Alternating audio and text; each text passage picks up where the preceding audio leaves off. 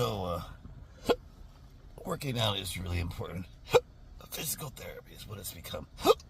I believe we have one vessel, and even though mine is having troubles on a disability level, I still show up in the gym every day and do what I can. Even if I don't do much of anything, I'm there. I showed up. That's half the battle. It's just getting yourself in there. It's it's a lifestyle. So this video is really just to really focus on the quality of taking care of your vessel, even in the hardest of times, when you really don't want to, or it's just that much harder. I hope that it can help encourage people to really take care of themselves, even in the adversity. We have one vessel that we are responsible for. Nobody else is. And so I have always tried to take good care of myself. I'm a former gymnast, and I worked out pretty aggressively when I wasn't hiccuping, and now that workout has turned into more of a physical therapy, but I still show up every day when I can. If I have a series of choking spasms, I'm certainly not going to go in public and have them experience that. It looks like I'm choking on food, and I would hate for somebody to mistakenly come over to me and try to give me the Heimlich maneuver. That would be the worst thing you can do, is touch me when I'm having a choking spasm. So, but though that's rare, I go every day to the gym, and of course the workout routines have changed to accommodate the condition. Some workouts are more aggressive than others. Some I just show up and just get through the door and do a light workout, or maybe just watch and support my partner, who, we're a team, so I still show up for him. And so that's how that all works out. I just want to be in the best condition that I can possibly be, and these hiccups are kicking my butt.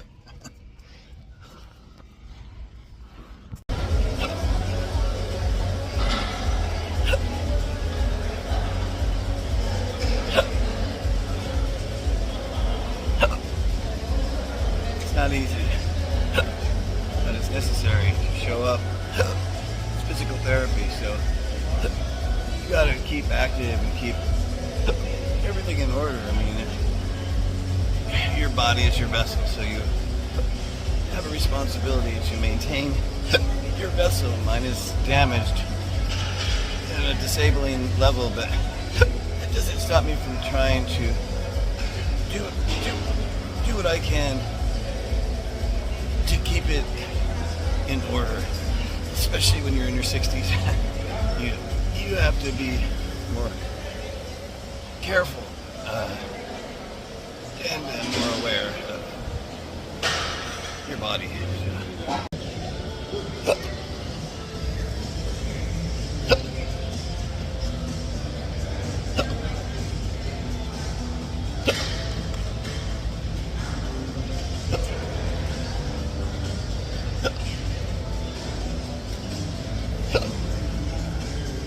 Still show up, do what I can, support.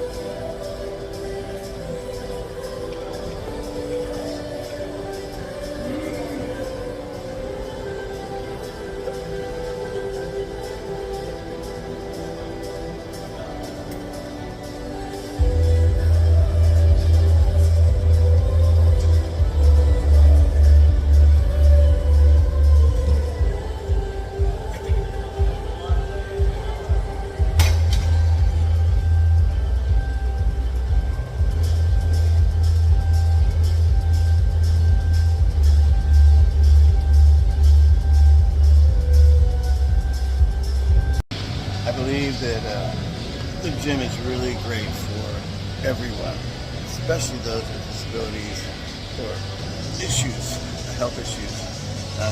There's different ways of using the gym. You know, there's a hardcore workout gym person I can no longer be, but there's exercises and ways of doing things, lifting weights, certain, you know, that I know helps me in my condition. Oftentimes, heavy, aggressive case coming in, I come out and it's a slower, more tolerable bout of hiccups. Some exercises are much harder on you than others. Like this one is, I always regurgitate.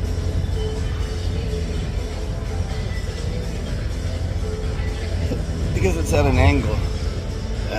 Angle sliding down, so I tend to regurgitate on this one a lot.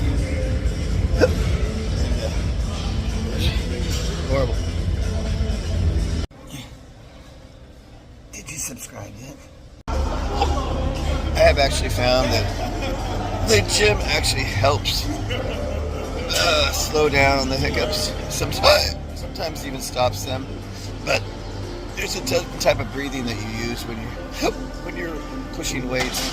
It's a very shallow, low breath.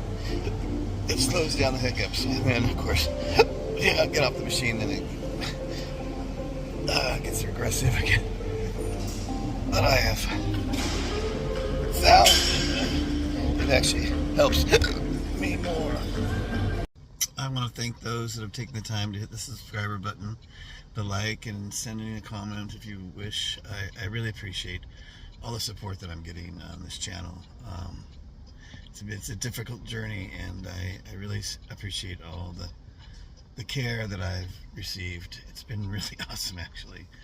You're really great people, so thank you very much for helping me pioneer this extremely difficult, extremely rare condition, hiccups, intractable hiccups, that for the people that are not responding to any of the medicines and treatments that are available currently. There's a bunch of us out there, so I'm a voice for those, and hoping that we can find some way of studying this dreadful experience. But thank you. Did you subscribe yet?